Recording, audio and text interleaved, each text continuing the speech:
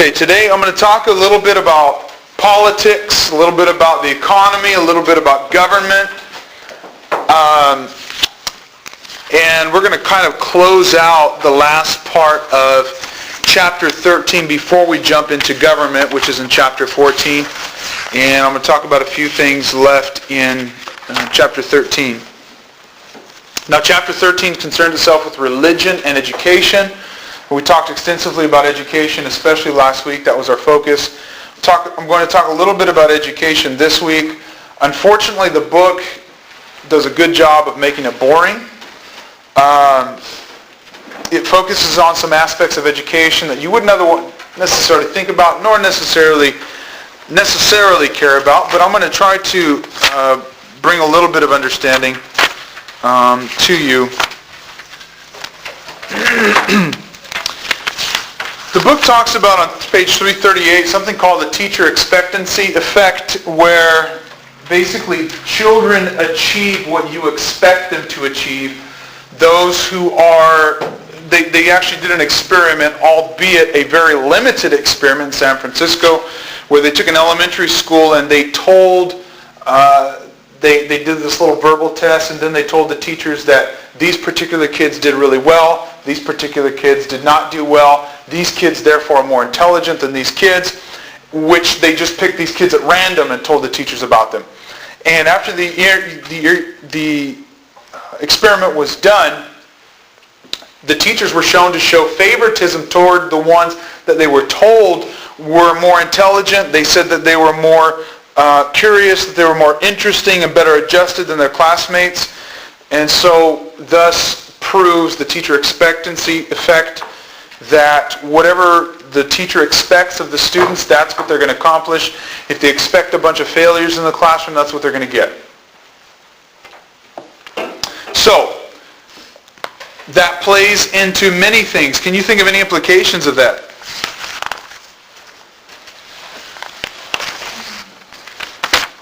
Think about racial profiling, racial favoritism.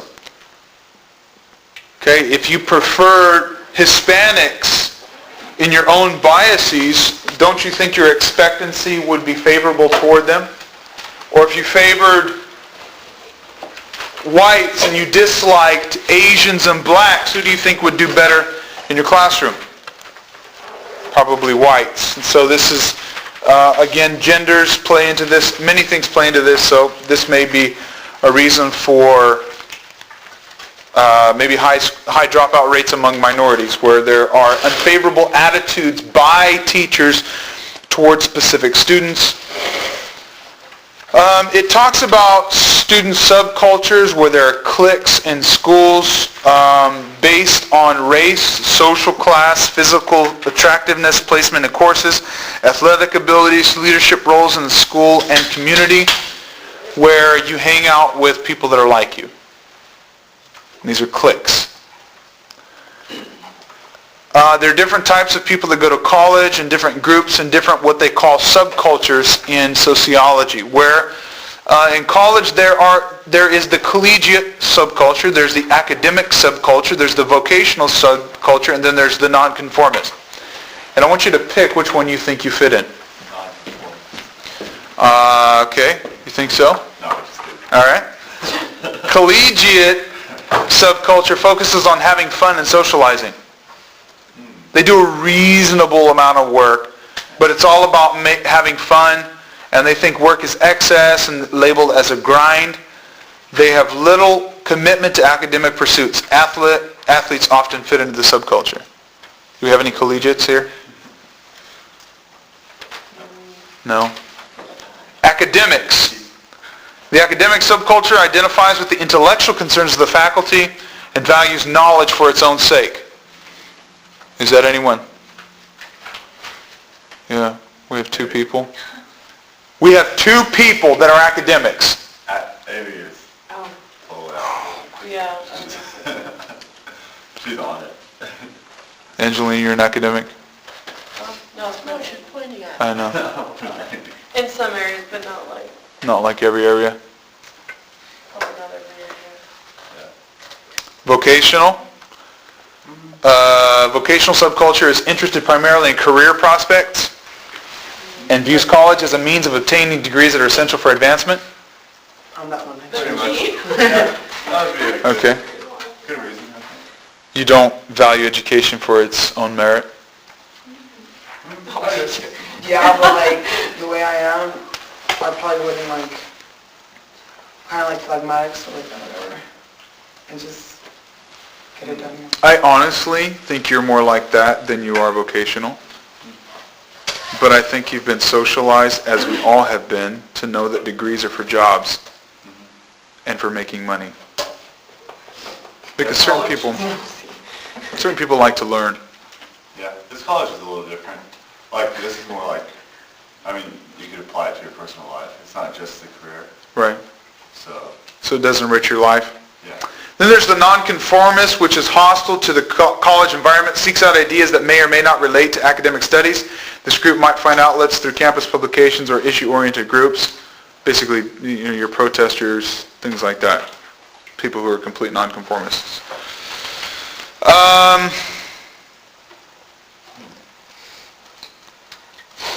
There's a sociologist, Joe Fegan, who studied in distinctive collegiate subculture, which is black students in a predominantly white college. He suggests that, quote, for minority students, life at a predominantly white college or university means long-term encounters with pervasive whiteness.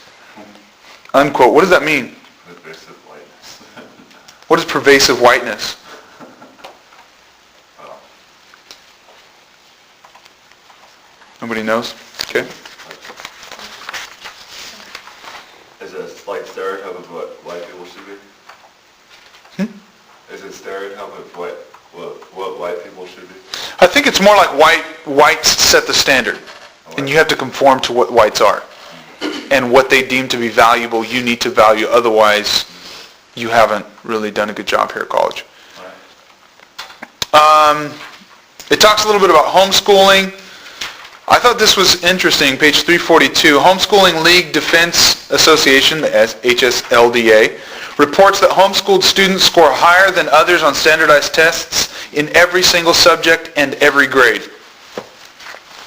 Why do you think that is? It's more one-on-one. Very good, and you apparently read that section, because really it points out to the fact that they said these kids who are homeschooled would actually perform just as well in the public school, but it's because their parents are the kind of parents that are very caring and very concentrated on their kids. So parents who really love their kids, or really put a lot of time into their kids' education, are more apt to homeschool their kids. And there are many reasons for homeschooling your kids. Yeah? I was homeschooled for quite a few years in my life, but there's a good side to it and there's a bad side to it, because you don't have the socialization as you would like in a normal school, or because I also went to a private school, but then like it got shut down because we didn't have enough students, and then after that I homeschooled. Yeah, I pretty much did the same thing. We did the homeschool thing for a while, then we went to small Christian schools. So I was the same way. And people think, we're very maladjusted, and frankly, they think we're stupid and ignorant and all this stuff. We don't know what the real world is like, and because of our lack of experience, we have no chance in the real world. But I think that's not true. Okay, let's jump. I hate flies. It's okay, but I know I'm all brutal. I hate no. flies. Okay, I hate mosquitoes worse, but flies. And bees. I did not. Bees, I don't care. Bees have a very good function. Bees pollinate, Yeah. and they make honey. They're industrious. They're profitable for the ecosystem. They just poop on things. Flies are very profitable to the ecosystem, but they're more in pastures and nasty places. I want them in my house. Now mosquitoes, what do? They They suck blood and kill people and spread diseases. That's all they're good for. So maybe it's natural selection. That's actually a very poor idea, but the only value that I see mosquitoes as having is that they should be food for lizards and Oh, yeah. little That's good. but that's it, man. But they could eat something else. Well, why did God just kill them? God, if you're listening, kill the mosquitoes. All right. Unless you've seen Jurassic Park where they have the mosquito preserved in the tree Blood of the cell. dinosaur. Because they suck the blood from a dinosaur, and so they were able to make more dinosaurs. Okay. The DNA. What do you like? Jurassic Park. Oh, that right up there. Oh, that one. Okay. Before I jump into, I'm gonna kind of blur everything together today. Okay. I'm gonna talk about two major subjects, and I love them both because I think they say so much about us.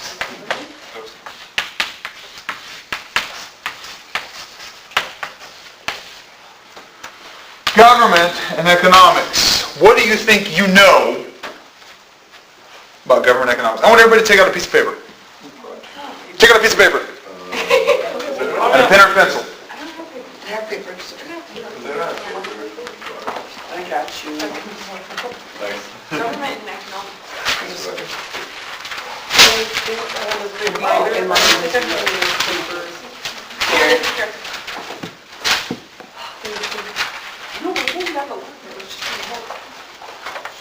I don't want your... I asked you. She's on.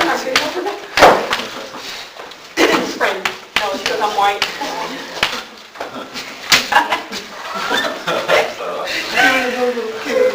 You know what? I used to like that. Oh, my leg.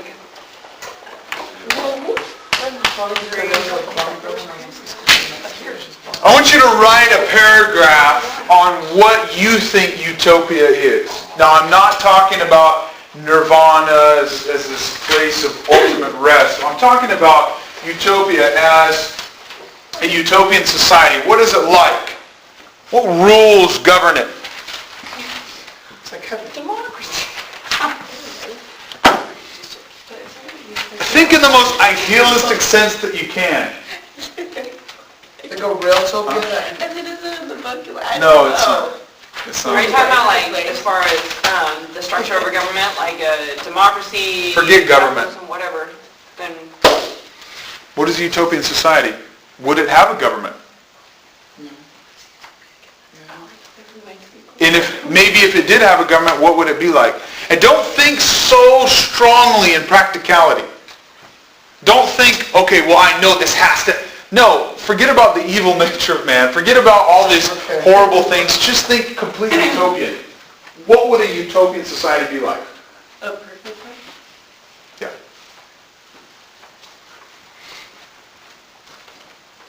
Sarah, you working on that? am I working on that? Utopia? Mm-hmm. I don't know what utopia is. That's what I was explaining. Perfect. A perfect It's like society. a perfect society. There's like people who wrote books and stuff on it. Oh no, actually I do know because I remember watching. What book is Okay, I'm just asking, I'm asking you to write on that Yeah. paper What is What book is what you think it is.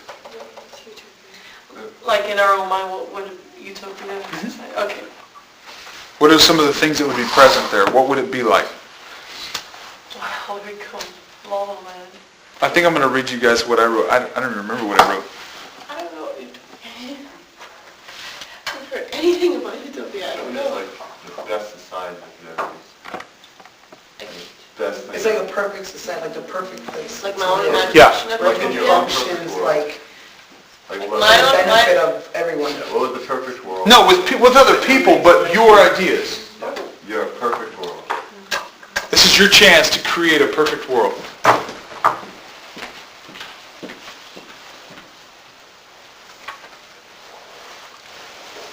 The Garden of Eden.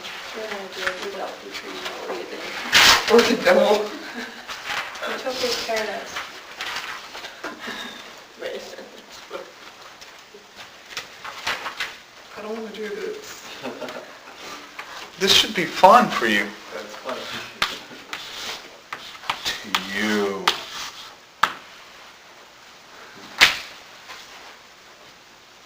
supposed to do a definition? You're supposed to write a paragraph on what a utopian society would be like.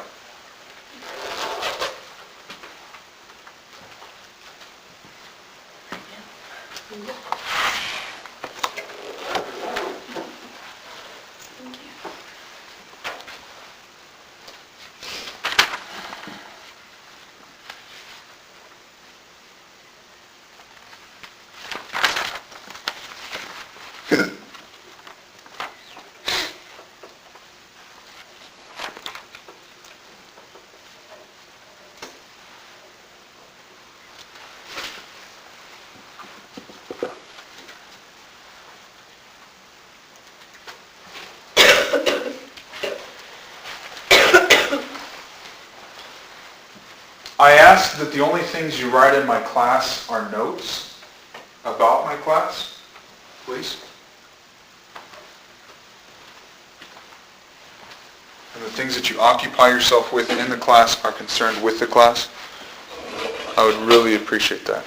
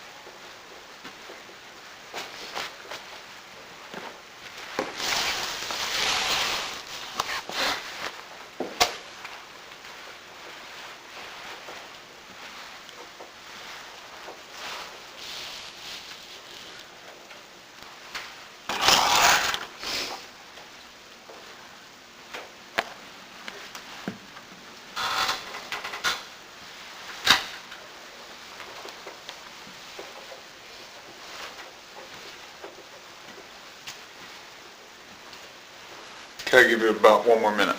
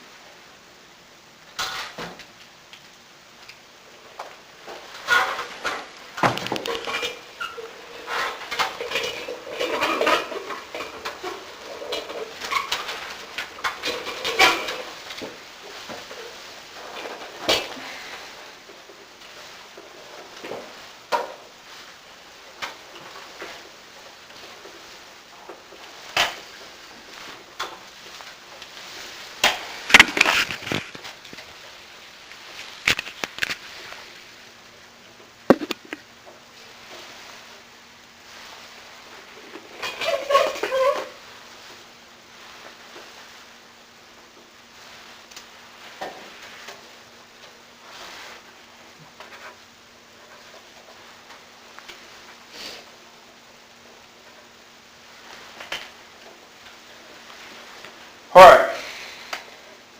Anybody want to share theirs? Tell me what a utopian society would be like. Michael, let's hear yours. All right, want me to read it? Yes. Okay, I wrote this. A utopia is a society that is equally accepted as the best society that could ever possibly exist. A perfect world that everybody gets along and agrees on common values. It is a society that everybody can have freedom to do things that are fun and exciting, but does not have anything in it that is hurtful or damaging to individuals or to society as a whole. This utopia would have freedom to worship God anywhere and at any time, but would be viewed by others as commonplace. This utopia would be true freedom. Freedom from harm and freedom to worship God. Okay. Anybody else? Sarah?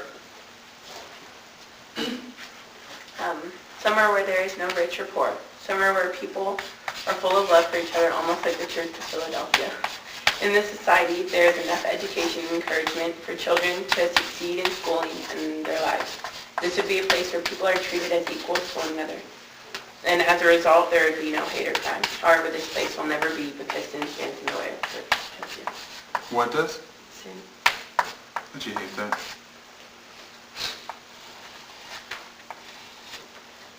Okay. Anybody else? Joel. Joel? What I've heard, that it's paradise. But what is paradise? Paradise is a place where there's no war, but only peace. No hunger, no killing of one another.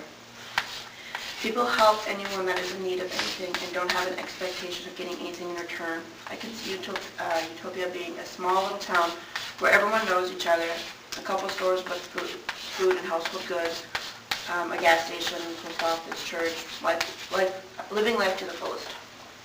Okay. Okay. What's that place called? The sheriff and his sidekick, Andy Griffith. Oh, yeah. Mayberry. Mayberry.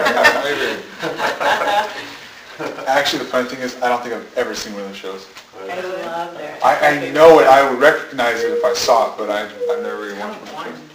Huh? It's kind of boring. Is it? Funny. They're just in the 50s, and what could they do? It was fun. Yeah, she was fun. She was crazy. Yeah. I guess mine's kind of critical because I said my idea of a utopian society is based on the human nature being good, not evil. Right. It's from there. It's constructed by something else or someone else, where the basis of it is not our fleshly nature, but it's a godly nature. The ideal society would have people with ambition and motivation to keep society going, wealth to help the poor get on their feet, and have enough jobs to provide for the poor that need to be stimulated into the society. Blah, blah. Okay. I didn't finish. Okay. All right. Anybody else? Yeah. I put a society that is unified in their desire never to see suffrage of mankind. A hierarchy may be established in democratic form to organize and lead a society, allowing their goals or objectives to come to fruition. Violence would be non-existent and everyone allotted their own land, sizable portion for producing agriculture, free trade, as well as health care and dental would be accessible to everyone, and religious liberties exercised, as well as education overall. You're too practical. You're thinking government. That's what I live on. I know. I can see why. There's automatically that. Yeah, I'm talking about this. Anybody else? Becca? Okay, I said a utopian society would be one where everyone was considered and treated equally. Okay. Problems wouldn't be solved by violence. Where everyone had the same kind of values based upon the Word of God. Oh, wouldn't that be nice? I'm sorry. where people cared about and continued in the progression of man, or mankind or whatever, like as a whole. And where people are tolerant to one another. Okay. Because I don't think the utopian society is like where everyone's the same. For me. Then what is that? Everyone's actual ones. Yeah, common values. It doesn't have to be the exact same. Like, I don't believe the same thing Sarah does, but Those are values. we can live in harmony. Right? Those are values. Same kind of values. That's what this It's is. not that they're, yeah. Okay. With clothes. But if there was no difference, then we'd just all be the same and fine, and we'd be... But I mean like loosely, like, Right, same kind right, of right. values, like. Okay, anybody else? I'm gonna get everybody, so you might as well say something. Oh, okay, well then I'll do mine. I said mine would be a place where every man gets their own equal portion of land, where there is no rich or no poor, a place where food is supplied by Mother Earth, and the things that we need are handmade and traded with each other. Everyone would help to keep food plentiful and would be relaxed and loving. No stresses from work, no demands for things, no lack of necessities in life, such as, like, electronics, those kind of stuff, Oh, no lack, I'm sorry, meaning food and clothing. All will help each other and everyone does anything, everyone does whatever they want, or does their own thing to bring them happiness. It's kind of like the Garden of Eden, I said, with the exception of clothes. Clothes are a result of sin, by the way. Yeah. I imagine We fell everyone, and God like, clothed us. a bunch of like trees and, Yeah. gardens. Isn't it funny the way we running describe around. things is literally the way it used to be? Yeah, that's true. We didn't have, of course, scratch that. I mean, poverty was... This is the first generation that literally has enough money to completely end poverty. We have never had the ability, the resources, the wealth to ever end poverty across the world because there were so many poor. This is the first generation that has enough money to do that.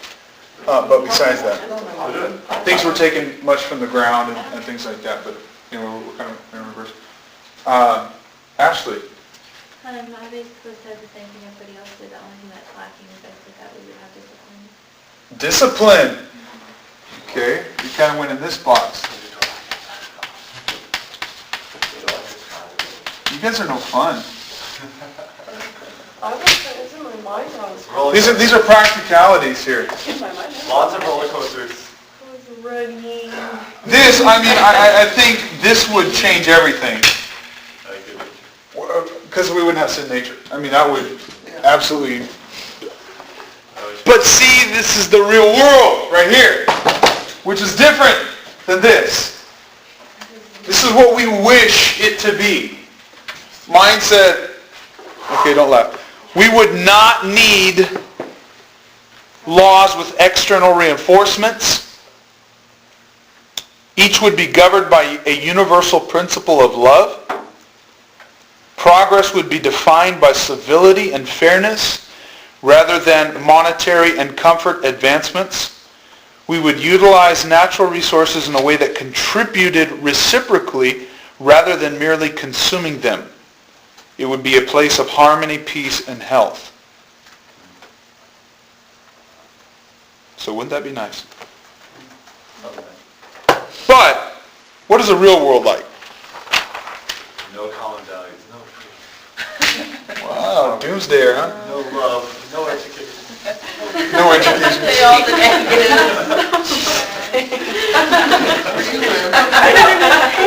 Man, this guy's depressing me. There's hate and death and disease. Already. Oh, I'm just thinking about Jesus. Sorry. It's a real word. Real word. This guy scared me. Okay, real world. I think we can all agree that sin governs our world. Our base nature as humans is sinful. That's right. too much tolerance? And I'm going to go way too deep, too quick, but this is in contrast. Capitalist ideology, conflict, does not agree with capitalist ideology.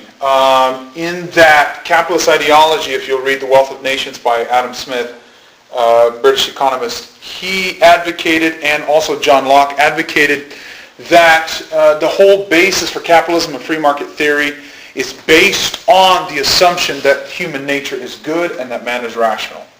And so it kind of flies in the face of all that. Anyway, so, scratch that for now. Real world, what else is in the real world? Poverty. Poverty, violence.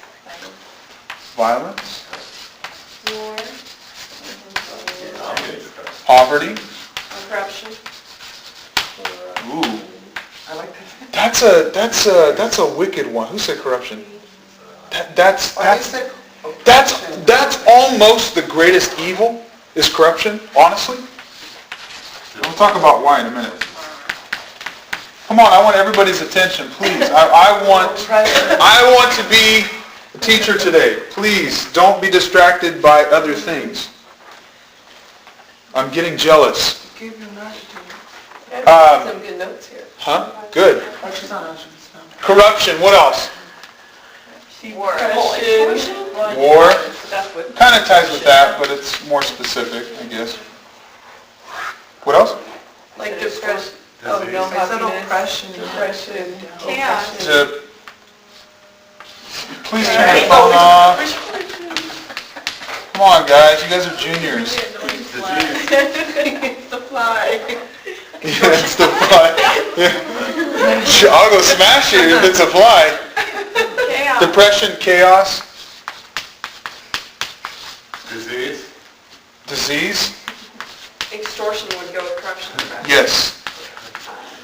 What about having to work? Oh, Amy, you're wicked. You're wicked. She's not thinking of the worst thing. Honestly, no, but yours has very serious implications. Because I'll tell you why, just quickly. This is what keeps this from happening.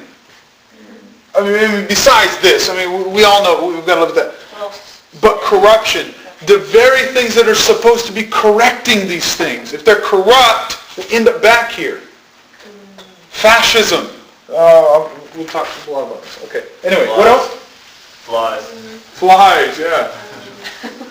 We actually need flies. Really, we really need flies. If we didn't have flies, this would be one nasty place to live. I would say tolerance. Because everybody is pushing tolerance. I don't think we have enough time. I think you may be thinking, if I'm wrong, you can tell me, acceptance.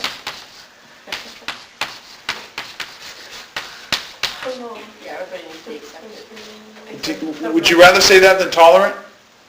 This is the difference. Tolerance means we can do this.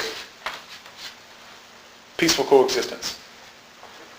Acceptance means that there are no values that are absolute. So, okay. Political oppression. Okay. Well, you're already getting into our chapter. And honestly, I mean, because I'm from a democratic capitalist society, I would say that's what these go hand in hand. That's what I would say. But that's a bias. Anything else? Demonic forces.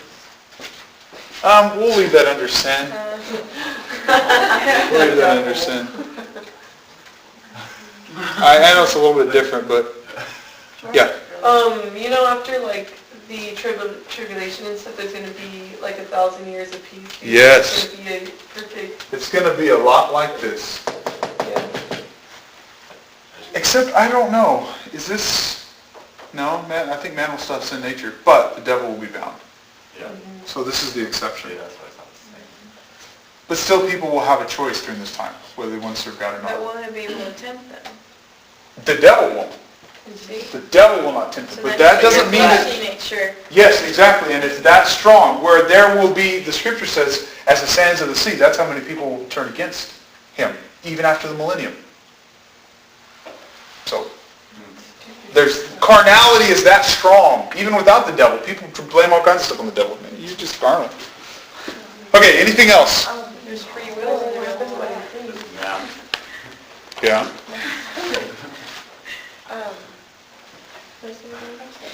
What about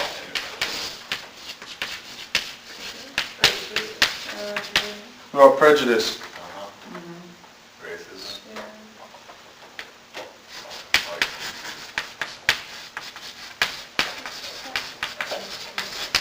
What about like,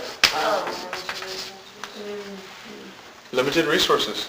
Natural disasters. what would can consider Okay. religions as well? I got more. We'll say conflicting religions. I know I'm writing really terrible, but You're good for a guy. Yeah, really. see if I can take my time a little better than this.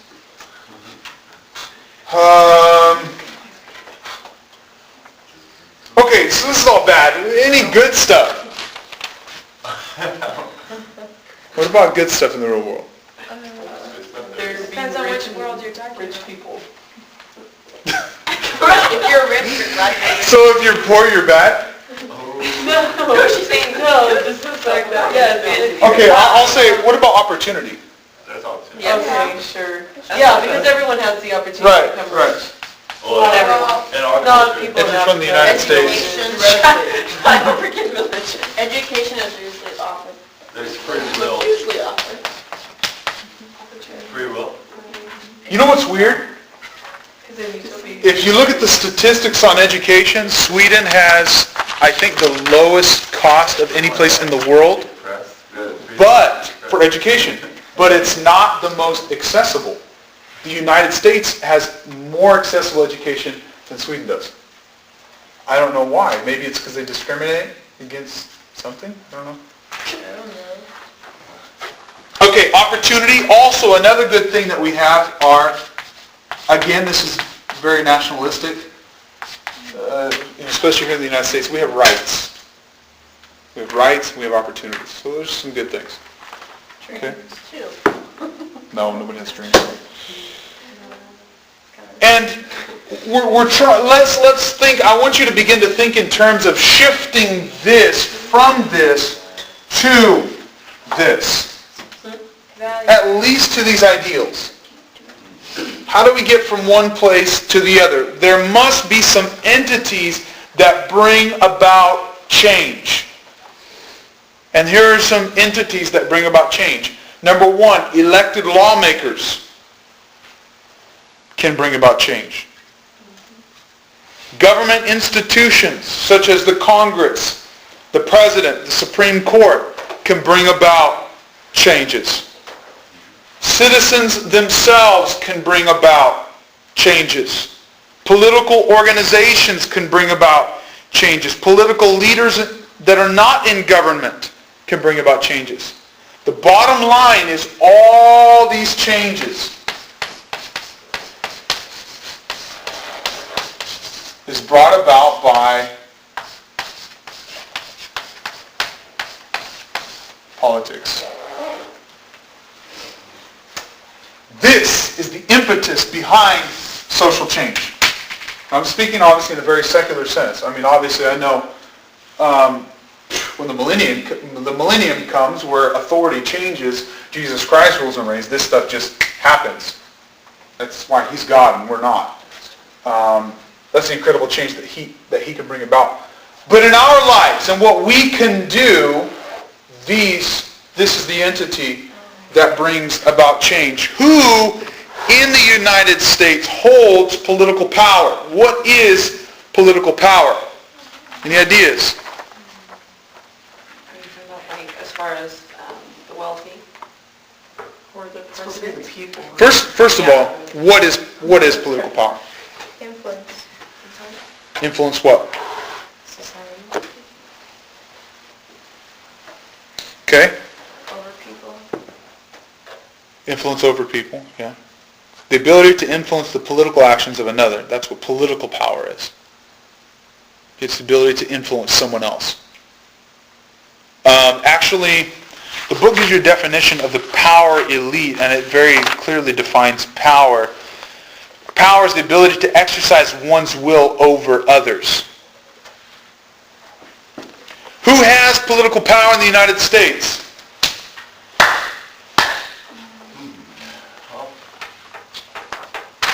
There are about 300 million people in the United States. Who has the power?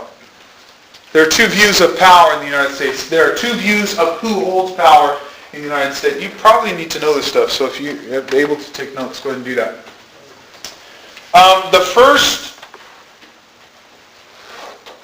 and actually, a lot of the stuff I'm talking about today will not be in your book.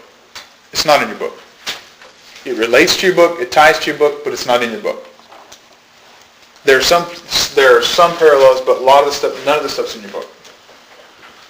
So, you need to pay attention. Two major views of who holds political power in the United States. Can you imagine what they are? Who holds the power, Rebecca? You can do the conflict view and say whatever complex thought, whatever. It's kind of like that. In political science, they have different terminology for it. Yeah. In social science, in sociology, they would call it the conflict view. And then you have the functionalist or whatever. So tell me, what would something like the conflict view say holds power? Rich people. Okay, that's exactly right. So you have what they call the elitist group, and then there is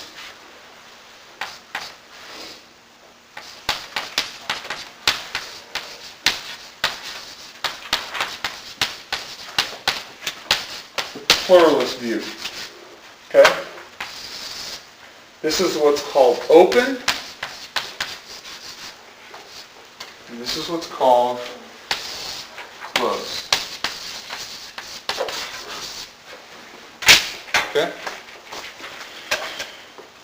The pluralist view states that many people and groups have significant political power. People who are wealthy have significant political power. But it doesn't mean everyone else doesn't have. It's just that they recognize that wealthy people probably have more political power than the poor people. But essentially, the pluralist view says that everyone does have some political power. Any citizen, wealthy or not, has significant political power. Significant political power means that you have the right to vote, you have the right to protest, you have the right to free speech.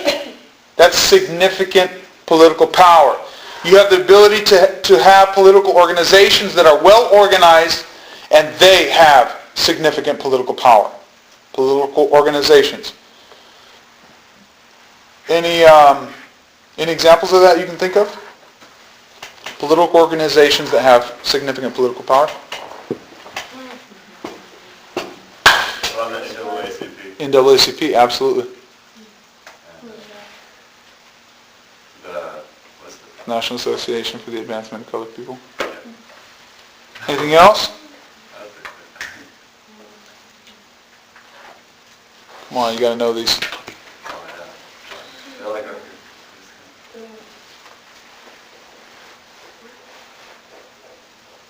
Any ideas? Any political group that has significant political power in the United States, you can only... like women rights? Yes. Do you know what it's called? No. There are probably several of them, but there's a huge one. Mom, Dad, Mother against They probably hold some political power, but not as much as this other one. No, I don't know. Come on, man. You guys are part of it?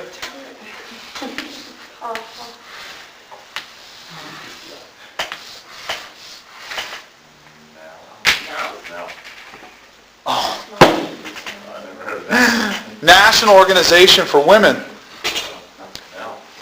Significant political power. Anything else? Huge one. The liberal people, like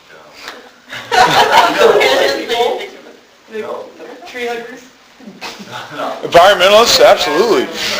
Greenpeace. Greenpeace, yeah. At least in California. You know, like the Ninth Circuit Court or whatever? No, that's actually part of the government. No, I mean like, well, you know how the liberal, the other thing that goes on? Oh, the ACLU? Yeah, ACLU, Yeah, absolutely. Bless you. So people with political power, they don't have to do anything with the government? Yes, they do, and that's the point. It's not necessarily, I feel I have significant political power. I don't work for the government, but I believe I have influence with the government, and that's the point. I have significant political power because I can influence what the government does. By voicing it? By voicing it, by being an opinion leader, or by organizing some kind of political organization, or becoming part of a political movement. I could do any of that.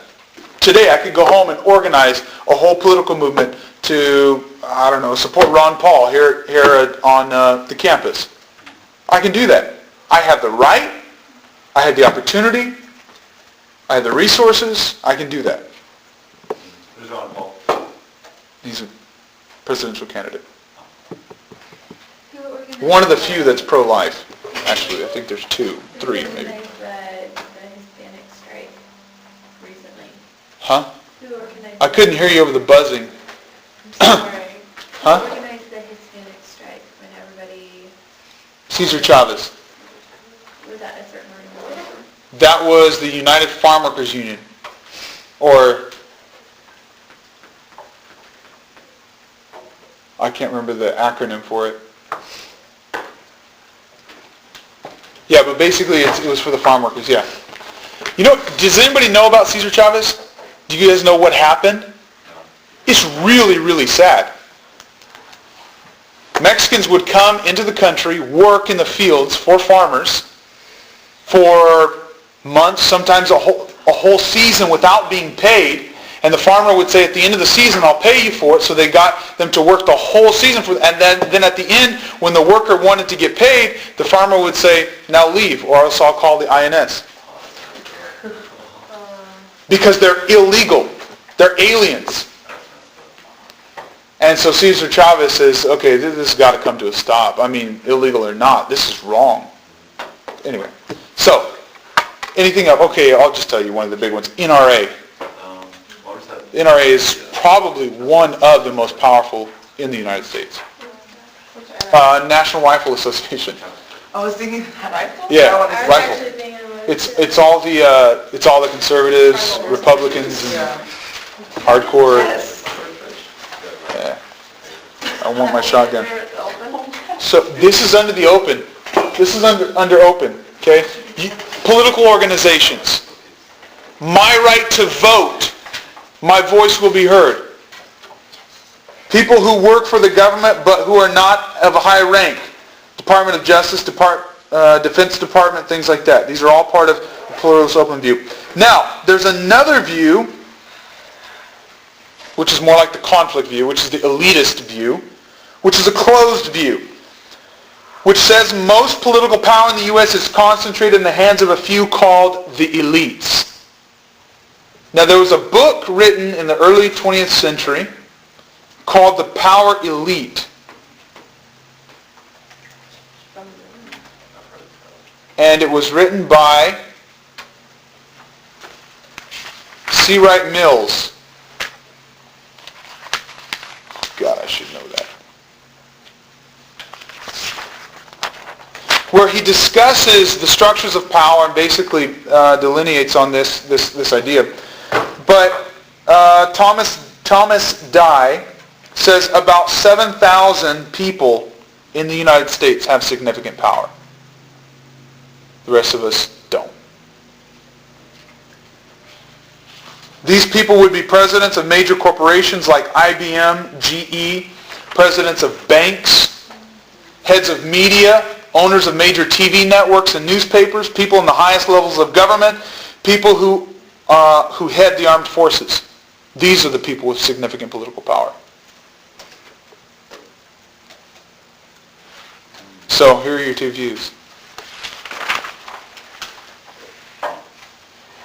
What do you think?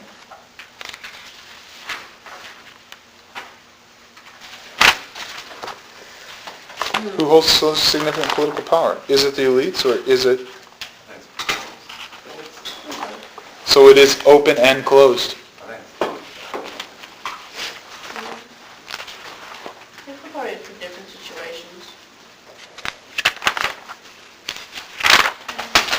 Would you say that we, this is us, unless any of you are part of that elite, okay, no, we, definitely we hold political power.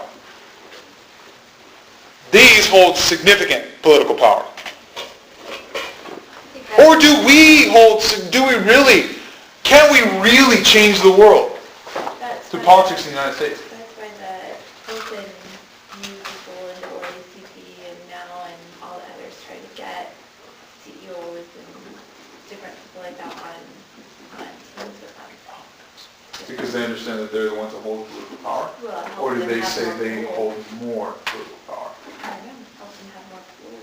You always say, I don't know. Well, You're afraid of me I pointing to don't know, and I'm realistic. Okay. All right. Well, I will tell you there's a lot of theories out there, but I happen to ascribe to both. But I think the more I learn, the more I start to scoot toward this side. And there's an unfortunate trend here in the United States, and I think it has a lot to do with, and I'm going to get a little conspiratorial on you, but it has a lot to do with the government contracting now, especially because of the war, where money is going. And as that happens, as national corporations become closer and closer, more and more closely tied to the government because of contracts and friendships and relationships and things like that, the more we start to move toward this, and the more we start to move literally toward fascism, where large corporations and the business community and the rich become very much tied in with the government, and then suddenly all the people are left behind in a democratic process. Okay. Unfortunately, I personally see that as being a trend, but not necessarily the case. All right, let's talk a little bit about economic systems. I'm going to kind of bounce back and forth between economics and government. I assume you guys understand the difference. Government is very much to do with politics and the political process as far as laws, legalities, the enforcement of laws, the making of laws, and the keeping of laws. That's mainly what politics is concerned with. Economics has to do with money and market systems. Okay, so that's the difference. I'm going to be bouncing back and forth because they do very much go hand in hand. Economic systems. Now you've got to think about what we were in the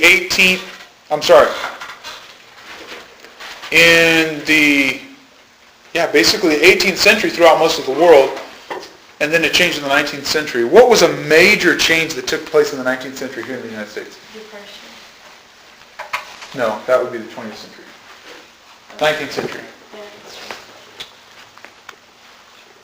Although we did have a depression in Yeah, the 19th century, but it wasn't as significant as the one in the 20th century. What was the big change? Big change. Revolutionized everything. Labor force, economics, society. Big change. Revolutionized. That's a hint. Revolutionized. War? No, the Revolutionary War is in the 18th century. I don't know my history. I don't know. We fought some time. I like math. We killed a bunch of people. Who cares? Okay, what happened? Civil War. In Canada, I don't know. What year? Actually, that had a little bit to do with this big change, but it was before that. Huh? What year? I'm not telling you. 19th century.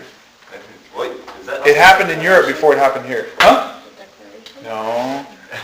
Was it? What year? Industrial Yes, thank you. The Industrial Revolution. Oh, Oh, of course. I was thinking of a disease. Disease, a black plague.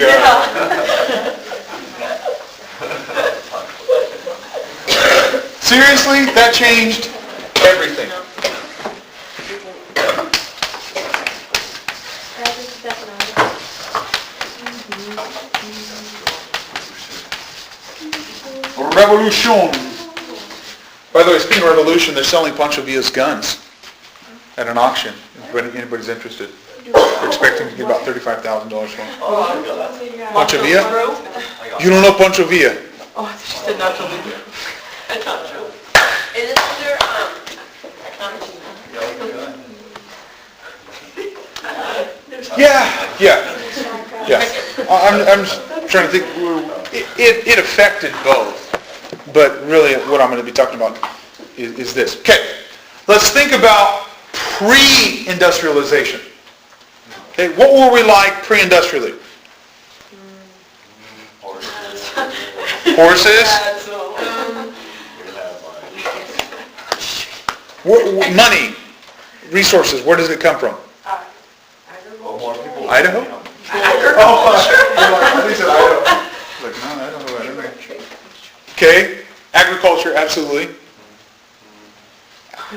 They would consider that agrarian. Huh? Trade? Trade. Natural resources. Yeah, Like, because people Yeah. did like fur for... especially up north. Yeah. Especially up north, yeah. She's making fun of my answers. Logging, Class anymore. okay. Really quite stupid with the horses. Yeah, okay. I was just... Yeah. Like before in the Old West. That was probably about the same time. No. Agrarian, which is agricultural. There's a hunting and gathering, where, let's think about Native Americans. That's how they got their resources. They went out, they hunted, and they ate. Oh, okay, I get what you're saying. So I'm just talking about the collection of resources. How did this happen? We have one which was agrarian, which they grew their food and things like that. There's horticultural society, which basically they raised crops for themselves. Agrarian and agriculture kind of went a little bit bigger because not only did I grow food for myself, but I started growing food for Angelina. She bought from me, but she paid me in horses or something because she raised horses. And so that's where we get trade from. But basically everything was just basic elements from the earth and from animals and things like that, where we get our furs and all those types of things. So that was pre-industrial. Then we come to the Industrial Revolution, which in the United States took place around the middle of the 19th century. It had already taken place in Europe between 1760 and 1830. And then we moved into the mechanization of society, of the production and distribution of goods. We had machines. That's what this is. Machines. Machines did the work. Okay? Factories. So why did that make such a big change in the United States? No more labor, like physical labor. No more? Well, actually more. It's greatly reduced But more. physical manual labor, but then you had to have people run the machines. Yeah, which is more More like people mental around rather than machines. physical. Like younger kids working in the factory. Absolutely. Has anyone read the book The Jungle? No. It explains the conditions of this time. The Industrial Revolution had just started. There were no child labor laws. There were no kind of workers' rights, nothing like that. And so, they had horrible stuff. Quality control. They had all kinds of animals in their food. So it's like modern day third world countries. Yes, kind of, yeah. Conditions were horrible. Like sweatshops in third world countries. It was literally that bad here until we started to pass labor laws and things like that. But that was the immediate thing for the Industrial Revolution, is that it put people to work in factories. Okay, there was the cotton gin. So that kind of moved them away from having to have all those people separate the seed and the cotton and the oils and all that stuff. They had the cotton gin to do that. So there was a mechanization. So many things began to take place and transform. During this time, many kids went to work. Began to change society. The automobile. Automobile came out more closer to the beginning of the 20th century. At least the popularization of it, which is in probably the 1920s. Okay, so So, in the United States, you need to understand that the Industrial Revolution took place, and so we live now in actually a post-industrial society. So there was pre-industrial, there was industrial, now we're in post-industrial. Why are we in post-industrial? Technology. Technology, absolutely.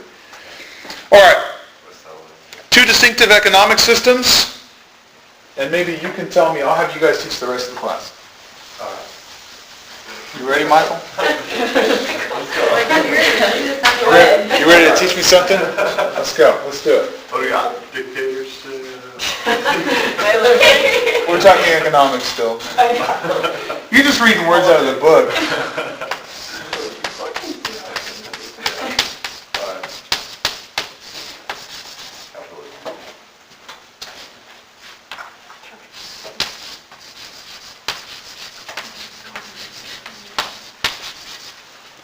Which, oh, actually they put socialism. This is more the government type, sorry.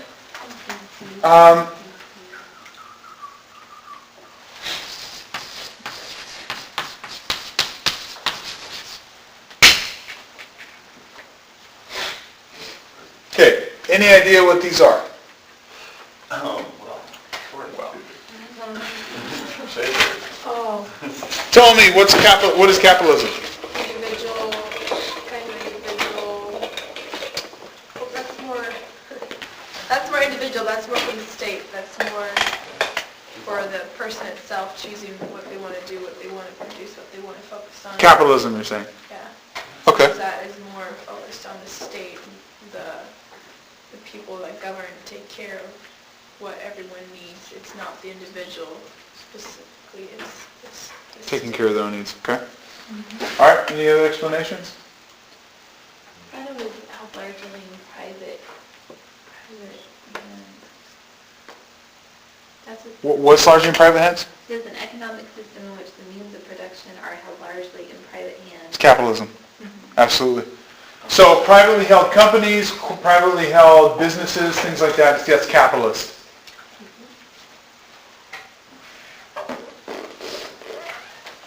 Okay, what is socialism?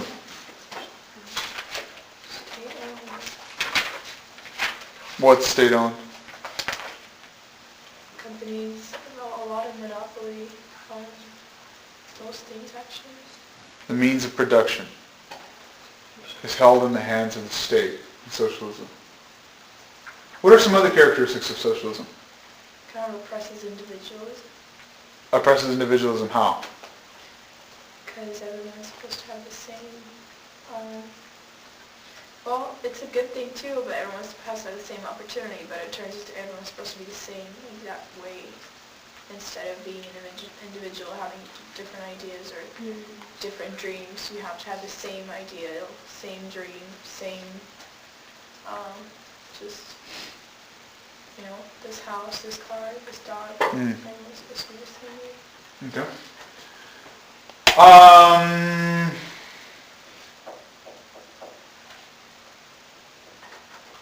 Okay, I don't want to jump that yet, but in capitalist societies, the means of production is held in the hands of the private sector. In socialist societies, the means of production is held in the hands of the state. And what is the reason for that? Which one sounds better to you? Huh? Capitalism. Now, why would you say that? Because it's in individuals' hands rather than in the state's hands. So it leaves us with choice. So all capitalism is responsible for is to create opportunity. Oh, are they responsible to create opportunity? Or are there? And how much of a choice do you really have? Is it government's responsibility in a capitalist system to create opportunities for everyone? Or is everyone just afforded an opportunity? Just because you're born here in the United States, you suddenly have opportunity. Depends on the extreme. Hmm? Depends depends on how extreme capitalism is taken. Okay. Because it's required some sense, a little bit of socialism for it to work. If the government's supposed to be responsible for giving opportunities out to everyone to individually make a choice. They Okay. have to provide some incentives. And that's their responsibility then, so they're kind of looking out for those things. Okay. So in order for a capitalist state to be, or a capitalist economic system to survive, they need to create opportunities.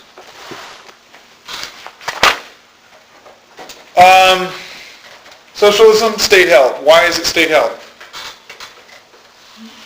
What's the benefit of that?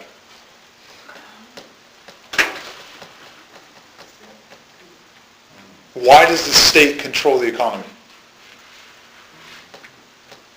There must be a benefit to it. Countries do it. It gives structure. Okay, it provides structure. Okay. I think the book had said that Canada very socialism, because with the medical, everybody is offered it. Everybody has medical benefits. While out here, you have to basically get your own health care. I remember reading. They do have programs here, like, And I think healthcare is what's going to break the camel's back. This is why. This new election coming up, the Democrats are just all over healthcare. They want national healthcare. Is national healthcare a good idea? Well, raise taxes probably. Oh yeah, we'll do that. The Democrats want to do it anyway. well, it depends on which way you look at it.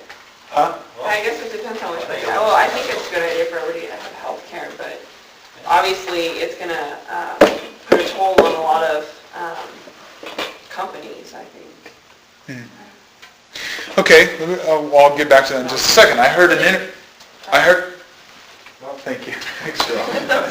I heard an interview this morning about a lady who met Hillary Clinton on the campaign trail. Anyway, so she was working at this little restaurant. It was her first day on the job. And Hillary came in with all her entourage and ate it at her little restaurant. Not hers, but she worked there as a waitress. Anyway, she ended up saying afterward that the manager had given them all food for free and everything, and they didn't even leave a tip. And so basically they got paid for nothing for serving all this. Anyway, so she got to meet her, and she said she talked to her a little bit about her situation. She had raised 2 boys. This is the real world. She raised 2 boys, and she says, I've been working 2 and 3 jobs my whole life. She says, minimum wage just doesn't cut it. And I'm very frustrated in my situation, blah, blah, blah. It's horrible to live in these conditions because minimum wage isn't meeting my needs. And so basically she's kind of looking to see what Hillary Clinton would do. What do you think should be the responsibility of the government for someone like this? Who's raising 2 kids on her own, and she's having to work 2 jobs just to keep her head above water. Is that right? Is it wrong? What should be done about it? Isn't there like welfare, like 10 people work at welfare? Does that already have that? Welfare would actually, You can't really get welfare. would only kick in if you quit one of your jobs or quit both your jobs or something like that, and you have to have a legitimate reason for doing that. So, yeah. It's just coming from a Swedish point of view, and I know you are probably going to get mad, but I think it's a sense of selfishness to not want to, for example, just pay a little more in taxes so that the person like her can get health care for her children, or maybe get some sense of maybe like $50 a month from the government to provide for her children, to maybe have clothes or give them food. I know it would be like more taxes. But I've grown up in a society like that, and you never see people in poverty. You never see homeless people. And yeah, it's a lot about choice, but it's also giving up kind of your own, like, you know, my own money. And it can be put around in other ways, but I think that could be a very effective way of maybe giving them more of a chance. Okay. Yeah. Then at the same time, there's like lazy parents or lazy, like a lazy mom, you know. That I think it's just a mentality of like U.S., like, because the U.S. is just like lazy, you know, like a lot of people in the U.S. are just lazy. So it kind of affects like the mom that is trying to work. Taking it from her and giving it to someone else that's not. So it's like, how do you decipher who's who, you know? And what she said, I think that's like a good idea, but Sweden is so much smaller than like the U.S., so wouldn't it be a lot harder to control something like that in the U.S.? Because Well, I mean, as far as population goes, I think Sweden has 9 million? Yeah. 9 million people as opposed to 300. So there's a difference there, but there's a small difference. And we have problems with that system too. Yeah, there's problems with any type of system, and the bottom line is, I mean, we seriously, if we have enough money, if we really, really wanted to, seriously, if Bill Gates, one man, just distributed his money across the United States, we'd be okay for at least a couple years. But you won't do that. Should he? You won't, no. Should he? That's the point. You know, he shouldn't, he worked to get that. See, that's our mentality. But did he really? That's why we're- Yeah, all that. He invests his money like. See, that's the point though. He does invest his money. And this takes me back to this point about this lady. That's how you do it. She's working. What's her educational background? Did she plan to begin with? Did she try to go for higher positions? Did she, well, I mean, did she think about that? Did she make a plan for the future? Is this kind of just economic natural selection? Those who, You have opportunity. yeah, those who just want to squander everything that they have and then come up later and say, oh, I'm so destitute. Well, you should have thought about that a long time ago. And got your education and applied for these places and been ambitious about it. Or is there genuine need where it's just, you can't do it? Can a mother get an education when she's raising 2 children? Sure. Yeah, absolutely. There's a lady going to our church right now. She has 2 kids. She's a single mom and she's going to school. Where's she getting the money from? Government. I guess. I don't know.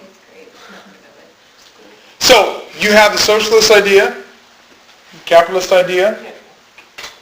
Yeah. And like another thing to add on to that, I guess, would be, say, a girl, okay, she like has enough financially herself, you know, but then like, say she has a choice to have all these kids, you know, and it's like she would have initially had enough to be okay herself, or even for one kid, but out of irresponsibility and not being wise in her decisions, she has all these other kids, which puts her in that bind of, well, I don't have enough money to feed them all. Well, I need all this help. Well, you should have thought of that before you started having kids. And that's my point. Should What about the one should that we the husband died? should we those? I mean, you have life insurance for things like that, assuming you planned. But then you Or don't want to they see the didn't kids plan for suffer that, either. like, you know. If you didn't plan for that and Maybe she you just got married and just loved and had 2 like, kids. yeah, you got married and you got, Yeah. you know, you were working just average jobs and stuff, and then the husband dies and she's left, she has no family, he had no family, like, what about for that woman, you know? Now, what do we do? You can't take Sue that them, out. he died. Jesus. How did he die? Sue them. Have a higher welfare You work to support that mom. number of welfare. Okay, let's move on real quick. Economics. Oh, I'm sorry. Capitalism, the system of economics, where means of production is in the hands of private individuals and the populace. One of the central tenets of the idea of capitalism is laissez-faire, which means let them do. It was introduced by British economist Adam Smith. Basically, laissez-faire means keep your hands off. Let the economy do what it's going to do. If it goes down, let it go down. It'll rebound. Don't stick your nose in it. Don't try to put your hand in it. Keep your hands out of the economy. Let the market determine its prices. Let my competition with Katie on selling eggs, let us work out how much those prices are going to go down. Well, I'm willing to go down to 10 cents an egg. And you say, I'll do it for 9 cents an egg. That's what's going to drop prices down. Okay, not government telling you sell eggs for 10 cents, you sell eggs for 10 cents. You know what's going to happen? We're probably going to run out of, we don't care, we're just going to get paid 10 cents anyway, so there's no There's no ambition for, eggs is a bad example, toy cars. Like, okay, lab quality egg. Toy cars or something like that. You know, I'm selling for 10 cents, she wants to sell them for 10 cents too because the government told us to. Well, I mean, hey, I'm going to get 10 cents for this piece of trash anyway. I'm going to start putting out junk. She's going to start putting out junk. Pretty soon we're paying 10 cents for junk. Okay, this is what happens in, well, especially communist type economies, which are command economies, which is a little bit different than socialists, but it's where socialists head. But I'm telling you, be thou forewarned, hear my words. The Democrats at this next election want to go here. Seriously, listen to their tones. Listen to what they say. I'm not saying it's bad. I'm not saying it's good. But I'm telling you, they're taking a step. And maybe they need to, because maybe we're way over here in fascism. And we need to kind of come back to this. I don't know. But anyway, lots of social... we'll talk a little bit more about this in just a second as we talk about the Great Depression, which is where this was really introduced, and John Maynard Keynes. Okay, well, let's go on. Monopoly. Does everybody know what a monopoly is? Good. Who, what? Huh? A bigger corporation. Control of a market by a single business form. By a single business form, or a corporation, something like that. For example? Microsoft. Thank you. Everybody knows that. So we've developed antitrust laws. Why, in a capitalist economy, with the ideology of laissez-faire, which means leave it alone, would we step in and take down a monopoly or split it up? Why would we do that? Too much power. Why? Why is that bad? To give a Not power. Power is not the right word. influence. Microsoft. I would say control. Why is it bad for a single business to have control over a market? A specific market. Huh? There's no competition. There's no competition. And why isn't there competition? Because there's no one else that could do it. And why is that a bad thing? Well, they can raise prices however high. They can raise prices however high they want, and? Lower. Not lower. Why would you lower your price? And what else? What else? What else? I just talked about it. Me and Katie. Yeah, Quality. Quality, absolutely. If I have no competition, I'm going to sell you junk for a jacked up price, because no one else can do it. Right? That's one of the problems with it. So, in a capitalist system, it's not completely laissez-faire, because they must, in order to maintain the capitalist ideology. Yeah. But at the same time, if you have... A superior product. Yeah, exactly, such as Microsoft, whatever, and the product is, it's quality, whatever, and other companies are going out of business, whatever, because due to this. I mean, like I looked at the Microsoft thing, and I think someone... That was their argument, too. Yeah. That was their argument, to say, hey, we're offering a superior product, we have the greatest technology in the world, we have the best hardware, we have the best software, people are just buying it. So sue me, I'm making a great product. Shouldn't they be broken up? I don't think so. But like, we start a new business. Yeah. I don't know. But the bottom line is that monopolies must be broken up. There's so much to talk about. But there's IBM, But Microsoft is the one that makes the software for it, and the chips, the Intel chips.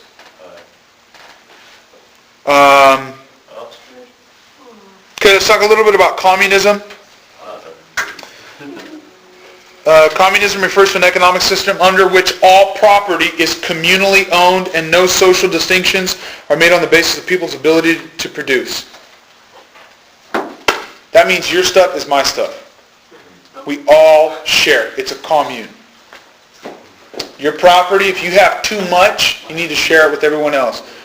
It's called redistribution. It's pretty brutal, pretty horrible. Bill Gates redistribute as well to the poor. Yeah, but see, in a capitalist society, that should be his choice. not the government forcing him to do it. Would socialism be enforced? Socialism would enforce that. And he does give a lot. Yeah. He does. He does donate. But see that's the point. That's the difference. In capitalism, we choose who to give it to. In socialism, the government does it for you.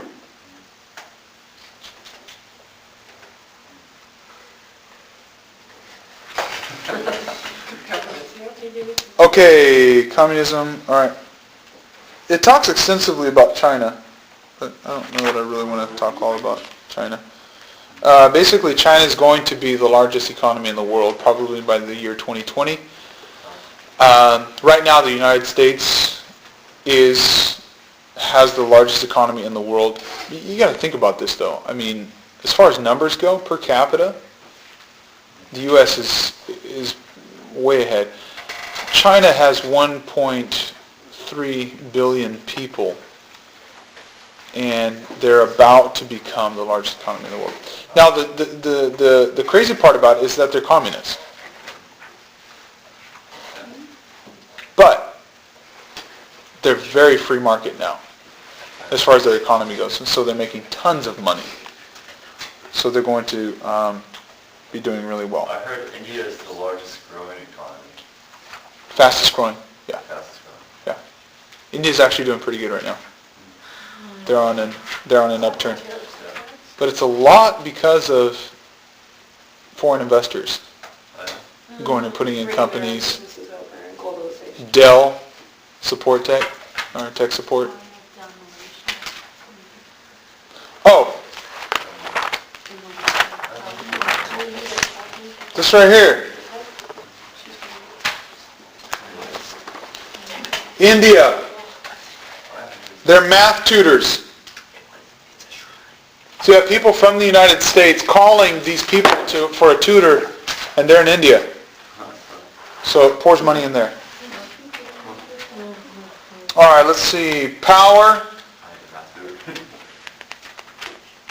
force, influence. Power is the ability to exercise one's will over another. Force is the actual or threatened use of coercion to impose one's will on others.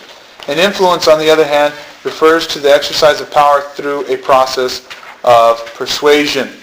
Now this is where it gets very, very modern. Right here. Oh my goodness, time flies.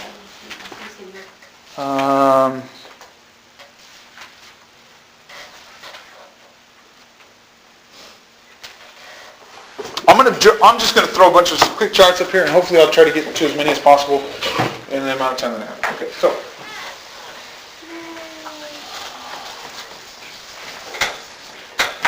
Political science for you.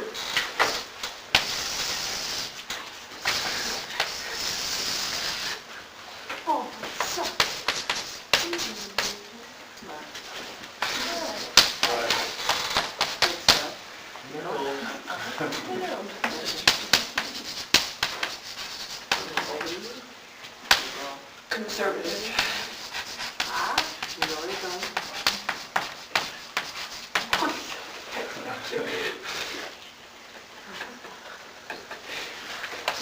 Which one's that?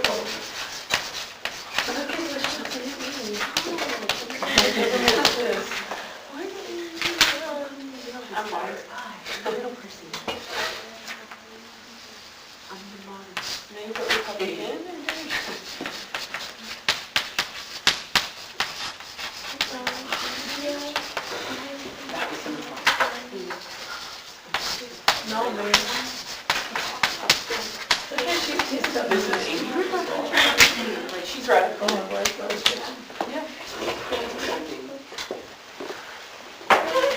Okay, this is kind of just a quick chart on basic political ideology. On the left, you have liberal.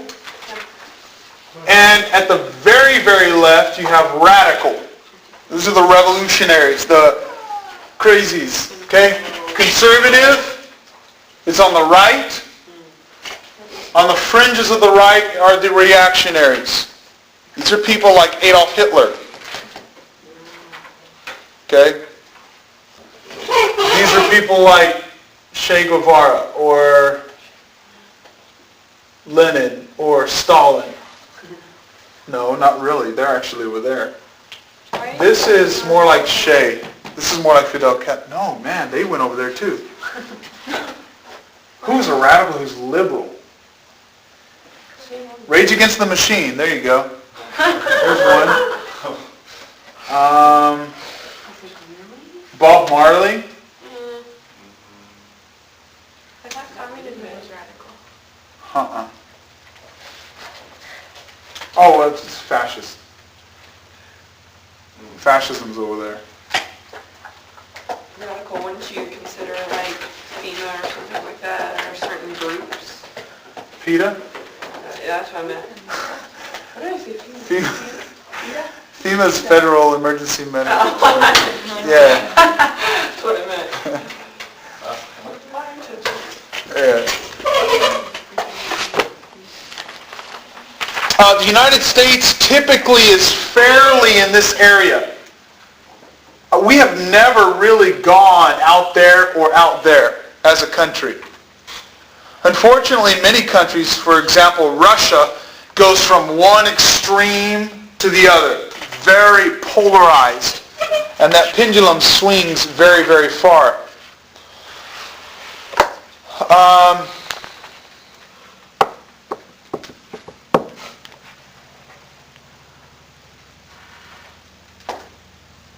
Types of authority. Let's talk about types of authority first. Authority refers to institutionalized power that is recognized by the people over whom it is exercised. Basically, authority is kind of given to those who hold it. There's traditional authority, there is rational legal authority, and there's charismatic authority. 3 different types of authority. You should know these types of authority. First of all, there's traditional, which is legitimate power, is conferred by custom and accepted practice. What are examples of traditional authority? Tradition authority. Traditional authority. King or queen? Tribal chiefs, tribal leaders, emperors, things like that. Where it's handed down, it's just assumed. You just know. Traditional authority is absolute when the ruler has the ability to determine laws and policies. You know who's doing that? And it's turning into absolute power? One of our world leaders right now. Or one of the leaders of a country. Who? No. Who is it? Trying to take absolute authority. Putin? Yeah, kind of him too, but not as bad because he's actually going to sit down. I'll talk about him in a minute. Rational legal authority is power made legitimate by law known as rational legal authority. Anybody know what that is? Rational legal authority. Anybody have an example of that? Page 356. Rational legal authority. Think about it. Written rule, would it be like when the president Absolutely. dies and... Yeah, there's a protocol. There As is to how it goes and it's... because of the Constitution. Right. Rational legal authority. Okay, so those who are in power in the United States are under rational legal authority. There's no divine inspiration behind those kinds of leaders. Okay, there's no like, ooh, he's a god. Charismatic authority refers to power made legitimate by a leader's exceptional personal or emotional appeal to his or her followers. Any examples of that? Martin Luther King Jr. Yep. Gandhi. Condi. Don't get me started on Condi. I used to like her. Jesus is supposedly a charismatic leader. And Joan of Arc. Joan of Arc, Malcolm X. They put Hitler on that one too, but Hitler's a little... His is more involved than that. That wasn't his only authority. He literally had legal authority. Mahatma Gandhi. Mahatma Gandhi. Jesus, Joan of Arc, yeah, all those. Okay, monarch, oligarchy, dictatorship. You need to know these things. Monarchy is basically a royal family. Oligarchy is, or a single king or queen. Oligarchy is power in the hands of a few. Dictatorship is a government in which one person has nearly total power to make and enforce laws. Dictators rule primarily through the use of coercion, which often includes torture and executions. Do you guys know this is still going on in our world today? Literally today. Like yesterday, today, probably tomorrow too. Do you guys know where these states are? Huh? Middle East, Middle East. Where? as far as, well, they consider, I'm talking pure dictatorship. North Korea. North Korea is one, yes. These are totalitarian states where he has absolute power. Zimbabwe one of those? I don't think so.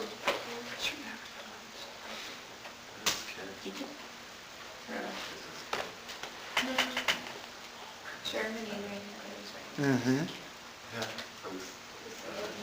Russia doing the Sudan, would you consider Sudan? I know it's Oh, Sudan is Sudan's such. a mess, but I think they're more like an oligarchy because I don't know if there's one dictator. There's one, yeah, he's the head, the president. Okay, but I thought they had like this whole military They thing have men underneath him. that have There's power. one, yeah, I forgot his name. There's one in power, and then they have a whole, it's, Oh, Sudan's a mess because they have attacking factions. and, yeah, and it's the Arabs attacking the Black Africans. Yeah. Another place. Oh, come on. you Well, guys. I mean, you could consider Egypt. I mean, the head of Egypt has been in there like 20, 30 years. something Yeah, like that tells you something right there. And people say it's democracy. No, that's a dictatorship. No. Is it one in South America? Yes, where? Oh, my It's huge in the news right now. Yeah, I just read it on the news. And it's because of this. I'm fixing to get mad too, so just watch out. in America? No, South America. Where is it? Come on, guys, we got to keep up on our world politics. It's not Brazil. Venezuela, that's where it is. It was Venezuela. Who is it? Who is it? I know. The name. We're just giving his name long. Venezuela? Come on, it's not enough. We need to know this. He's the one that went into the United Nations. After George Bush spoke, he got up and he started like making faces and saying, Satan has been here, I smell the sulfur, it's burning, it's this guy who says that George Bush is the Antichrist, and he says he is Satan incarnate. Literally childish to me, but Hugo Chavez. Hugo Chavez. And all of our celebrities are going down to visit him because they think he's so great. But what he's doing is he's centralizing power, and he is trying currently, right now, to change the Constitution to say that he can stay in power indefinitely. And that at his word, law is made. He's trying to create a dictatorship. The part that confuses me, and this is where you need to take a lesson, I need to take a lesson, we need to take a lesson from this situation, is listen to what they're saying before you elect them. He was saying, I'm going to make this a socialist state. And now that he's doing it, everybody's going crazy. Because their rights are being taken away. He's taking control of the economy. He's taking control of the media. He is creating for himself a position that is indefinite.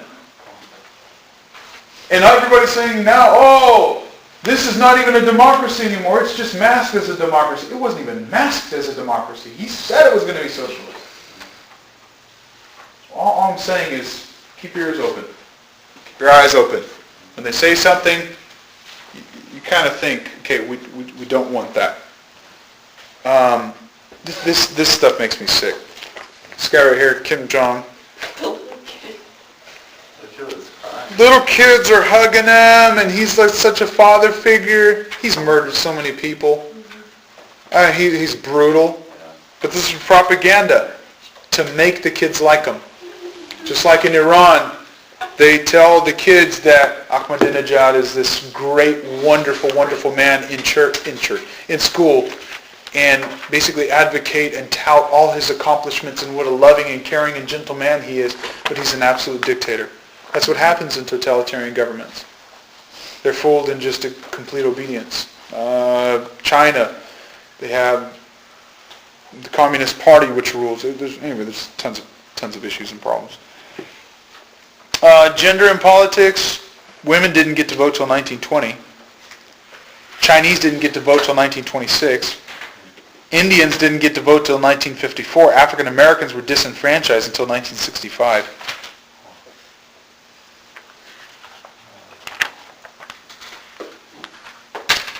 There's some power elite models for you.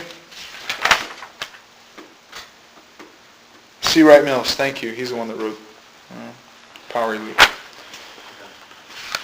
War and Peace, you guys know what those are? There's the pluralist model. I've talked about the pluralist model. Terrorism. I don't really want to talk about terrorism.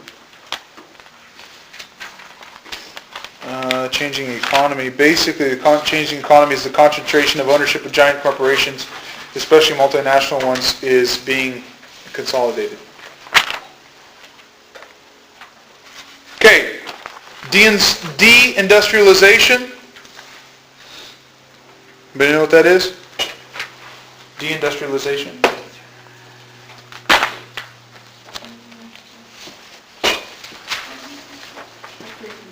And it refers to the systematic, widespread withdrawal of investments in basic aspects of productivity. Yes. It could even be things like outsourcing, where you shut down a factory because it's no longer profitable, or you send it to another country, or you really change things. It's deindustrialization, which is happening because of conglomerates coming together. I don't know what this word is. Let me look it up in the dictionary. All right, let me talk about this next assignment for you. Make sure you have a worksheet 4 and an essay 2.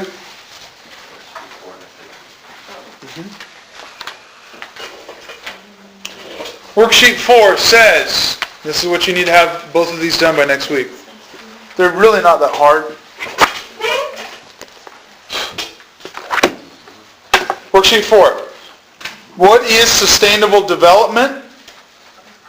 What does it mean? What is its purview? And what does Scripture have to say about its tenets? Okay? Clear? So answer those 3 questions. Not that hard. Anybody confused yet? What is purview? Huh? Purview? It's like, what is the scope of it? What does it cover? What does it have to do with? What does it concern itself with? Okay, essay 2. As part of this course's description, sociology is approached as a tool for helping the Christian leader understand the social milieu of the parishioner and to make informed decisions affecting the group. What sociological issues do you feel should? I'm sorry. Scratch out that first should. What a shame. What a shame that is. I don't even feel like a Christian. I just totally butchered the language. Totally butchered it. I'm sorry, guys. What sociological issues do you feel Christian leaders should be sensitive to and or address in the church? Basically, I want you to take some of the things that you've learned from this class and apply it to the church. How do these things tie in? How do these things affect how you view the church, how you view your saints? Okay? If you didn't know it, you are future Christian leaders. How how has this class affected the way you think about how you approach maybe situations or approach people? Or has it changed at all? Is it all the same to you? Has it expanded your brain at all? A little bit? Somewhat? Questionable? Yeah. Yeah? A little bit? Anybody not get anything out of this class? Throw something at you. I do. So Joel learned that I'm loud. Thank you. I do talk a lot, I know that. All right, read chapter 15 by next week. We'll talk about that.